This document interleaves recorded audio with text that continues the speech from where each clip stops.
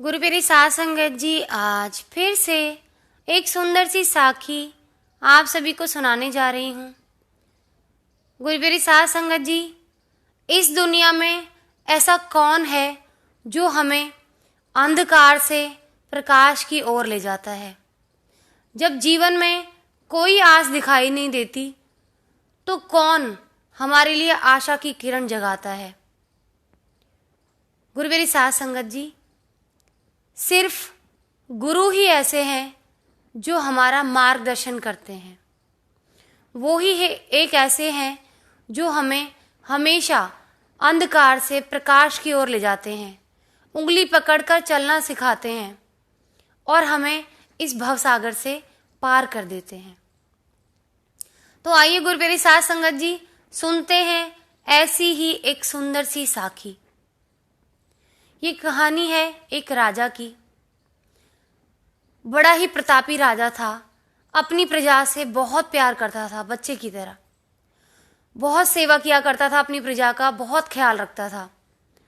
तो प्रजा भी अपने राजा से बहुत खुश रहा करती थी और हमेशा पिता के समान उस राजा को प्यार किया करती थी।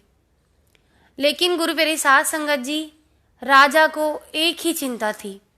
उसको जीवन में सिर्फ एक ही दुख था कि उसके कोई संतान नहीं थी। बहुत समय हो चला था कि राजा बहुत मन्नतें मांगता है, उसके कोई औलाद नहीं होती। गुरु मेरी साथ संगत जी, बड़ा परेशान रहने लग जाता है राजा। बहुत मन्नतें मांगने के बाद उसके घर में एक औलाद पैदा होती है। तो गुरु मेरी साथ संगत जी, जब हमें बहुत मेहनत के बाद या बहुत एक लंबे समय के बाद कोई भी हमारे जीवन में आता है या हमें वो चीज़ मिलती है तो हम उससे बहुत अटैच हो जाते हैं, बहुत प्यार करते हैं। वही राजा के साथ हुआ। उसका अपने बच्चे के साथ मोह इस तरह से था कि उसने अपने बच्चे पे सारी चीज़ें न्यौछावर कर दी, उसको इतने लाड से पाला। लेकिन गुरु मेरी साथ संगत जी, कई बार ज़्यादा लाड बिगाड़ भी देता है बच्चे को। अति किसी भी चीज़ की अच्छी नहीं होती। अगर हम एक छोटा सा एग्जाम्पल ले लें कि खीर के अंदर हम ज़्यादा मीठा डाल दें तो वो खीर कोई नहीं खाएगा। तो अति किसी चीज़ की नहीं अच्छी होती। लेकिन राजा ने वही काम किया, अपने प्यार की अति कर दी और इसका फ़ायदा उसके बच्चे ने उठाया। वो इतना बिगड़ गया कि प्रजा के साथ दुर्व्यवहार करने लगा, कड़वी बोली बोलने लगा उनके साथ और प्रजा को जूते की तरह समझता था कि मेरे पैर की जूती है ये। अब पूरे नगर में यही चर्चा का विषय बन गया कि राजकुमार किस तरह प्रजा से पेश आता है। हर एक किसी के साथ बुरा व्यवहार करके उससे जबरदस्ती उसके मुंह से अपने लिए प्रशंसा निकलवाना चाहता है। ये बात राजा तक पहुंची तो राजा बहुत दुखी हुआ। उसने सोचा कि मैंने क्या सोचा था कि मेरा चिराग मेरे कुल का नाम रोशन करेगा, इस राजगद्दी को संभालेगा, प्रजा को संभालेगा, लेकिन इसने तो मेरे नाम को मिट्टी में मिलाने की पूरी तैयारी कर ली है। राजा बहुत दुखी होता है, अपने मंत्रियों के साथ बैठता है और इस पर विचार विमर्श करता है। मंत्री कहते हैं कि राजा, आप हताश ना हो, निराश ना हो। अगर आप निराश होंगे तो प्रजा डगमगा जाएगी। आप हिम्मत रखिए, हमारे ही नगर में एक गुरु हैं, उनका गुरुकुल है, वहाँ से जानवर भी इंसान बन के निकलता है। ये बात सुन के राजा बड़ा खुश हुआ। फटाफट से राजकुमार को उन्हीं गुरु के पास ले गया और उनके सामने हाथ जोड़ के बैठ गया राजा। गुरु ने कहा कि राजा, आप निश्चिंत होकर लौटें। आज आपके चेहरे पर जो दुख है, अगली बार वो खुशी में बदलेगा। आप अब जब भी अपने पुत्र से मिलेंगे तो आपको बहुत खुशी होगी। आप निश्चिंत राजमहल लौट जाएं और राजपाट संभालें। राजा बड़ी ही उम्मीद लेके राजमहल लौट जाता है। अब राजकुमार की बारी आती है। पहला दिन होता है उसका। पहले ही दिन जो गुरु के चेले होते हैं वो राजकुमार से जाकर कह देते हैं कि तुम्हें आज भिक्षा मांगकर अपना पेट भरना है। हमारे गुरुकुल में सभी लोग भिक्षा मांगकर अपना पेट भरते हैं। तो राजकुमार राज गद्दी के मद में इतना चूर होता है, वो अपने राजस्व उसमें इतना चूर हो जाता है, वो बड़े ही घमंड से कहता है चेले से कि मैं राजकुमार हूँ, मैं और भीख मांगूंगा, तुम जैसे ना जाने कितने भिखारी मेरे राजमहल में खड़े रहते हैं बाहर। गुरुप्रिय साध संगत जी, चेला फिर भी ठंडे स्वभाव से कहता है कि देख लो, ये तुम्हारे ऊपर है, अगर तुमने आज भिक्षा नहीं मांगी तो आज तुम्हें भूखा ही सोना पड़ेगा। राजकुमार अपनी अकड़ में पूरा दिन निकाल देता है। जब शाम होती है तो उसको बहुत जोरों की भूख लगने लगती है, और जब भूख बर्दाश्त नहीं होती तो वो भिक्षा के लिए निकल पड़ता है, लेकिन शाम को उसको कोई भिक्षा नहीं मिलती। सुबह सुबह जल्दी उठ के फिर से भिक्षा के लिए निकलता है, लेकिन उसकी जो कड़वी बोली होती है उसके कारण उसको कोई भीख नहीं देता। बड़ा परेशान होता है, धीरे धीरे अपने बोलों में सुधार लाता है, फिर जाता है। पूरे तरीके से उसके बोलों में कोई सुधार नहीं आता, तो कोई उसको थोड़ी भीख देता है, कोई नहीं देता, तो इससे उसका आधा पेट भरता है। लेकिन अब वो अपने दोस्तों के साथ गुरुकुल में भी बैठता है, तो उसका आधा पेट का जो खाना था वो दोस्तों के साथ वो पूरा हो जाता था। अब धीरे धीरे राजकुमार को मीठे बोलों की अहमियत समझ आने लगी। एक दिन गुरु ने देखा कि राजकुमार में तेजी से बदलाव आ रहे हैं। जिसकी जुबान इतनी कड़वी थी वो जुबान मीठी होती जा रही है। तो गुरु ने खुश होकर राजकुमार को अपने पास बुलाया और बोला कि आज हम तुम्हारे साथ सैर पर चलेंगे।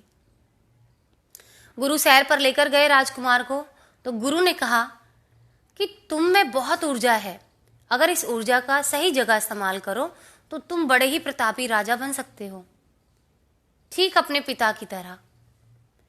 बड़ा खुश होता है राजकुमार, 10 साल का बालक ही तो होता है, तो एक बच्चे की अगर आप तारीफ करते तो वो बड़ा खुश होता है। वही राजकुमार के साथ होता है। तो गुरुप्रिय साध संगत जी, आप जैसे ही थोड़ी दूर चलते हैं तो गुरु राजकुमार से कहते हैं कि राजकुमार, मुझे गुलाब के फूल चाहिए अभी। तो राजकुमार पहले से ही खुश होता है कि गुरु ने आज तारीफ की है, तो बड़े ऊर्जा से गुलाब के फूल फटाफट से तोड़ के ले आता है। फिर गुरु कहते हैं कि नीम के पत्ते लेकर आओ। फिर वो नीम के पत्ते तोड़कर लेकर आता है। अब गुरु कहते हैं कि तुम इन गुलाब के फूलों को सूंघो। तो राजकुमार फूलों को सूंघता है, बड़ा खुश होता है। गुरु कहते हैं कि कैसे हैं ये फूल? कहता है बड़े ही सुगंधित हैं, बहुत अच्छी खुशबू आ रही है, मन खुश हो गया।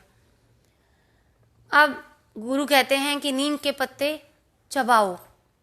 कभी भी राजकुमार ने नीम के पत्तों को नहीं चबाया होता, तो उसको क्या पता कि इसका टेस्ट क्या होता है, इसका स्वाद कैसा होता है।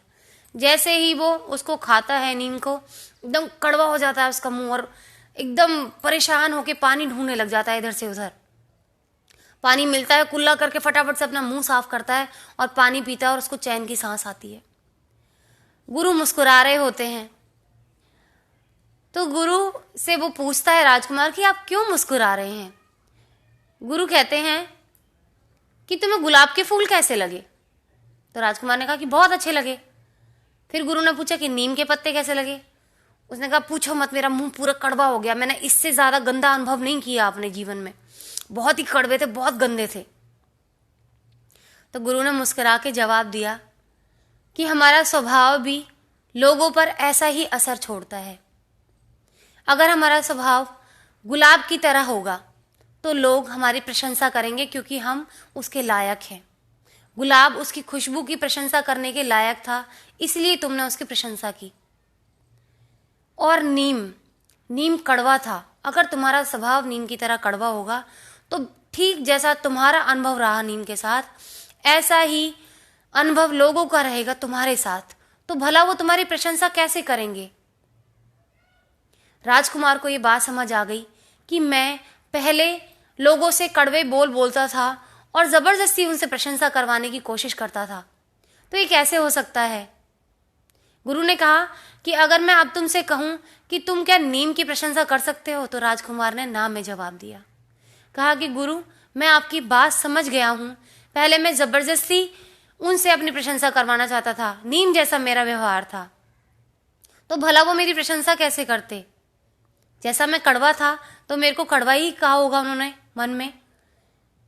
तो वो अपने गुरु से वादा करता है कि आज के बाद मैं अपने जीवन में कभी भी किसी से कड़वे बोल नहीं बोलूंगा।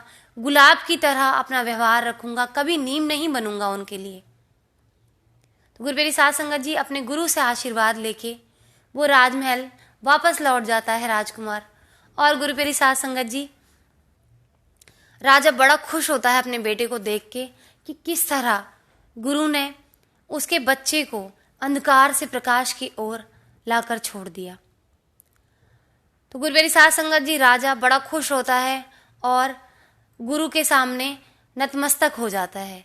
तो गुरुपेरी साध संगत जी, ऐसा ही गुरु का हमारे जीवन में महत्व है कि गुरु किस तरह हमें इस भवसागर से पार निकालते हैं, हमें अंधकार से प्रकाश की ओर ले जाते हैं। कोई कितना भी कड़वा क्यों ना बोलता हो, कोई कितना भी जीवन में बुरा उसने क्यों ना किया हो, लेकिन जब वो सच्चे गुरु के आसरे में आ जाता है तो वो कड़वा इंसान भी मीठा बन जाता है। क्योंकि गुरु जब सिर पे हाथ रख देते हैं तो आपके अंदर से वो सारी बुराइयां खत्म कर देते हैं। तो अपने गुरु के आदेश का हमेशा पालन करना चाहिए, जिस तरह राजकुमार ने किया। तो गुरुपेरी साध संगत जी, गुरु ही एक ऐसे इंसान है इस धरती पर, परमात्मा का दूसरा स्वरूप है, जो हमें हमेशा बुराई से अच्छाई की ओर ले जाते हैं। तो आइए गुरुपेरी साध संगत जी, आज इसी के साथ इस सुंदर सी साखी को यहीं समाप्त करना चाहूंगी। मिलती हूँ आपसे अपनी अगली वीडियो में नई साखी और शब्द के साथ। तब तक के लिए सिमरन करते रहें, सच्ची सेवा करते रहें।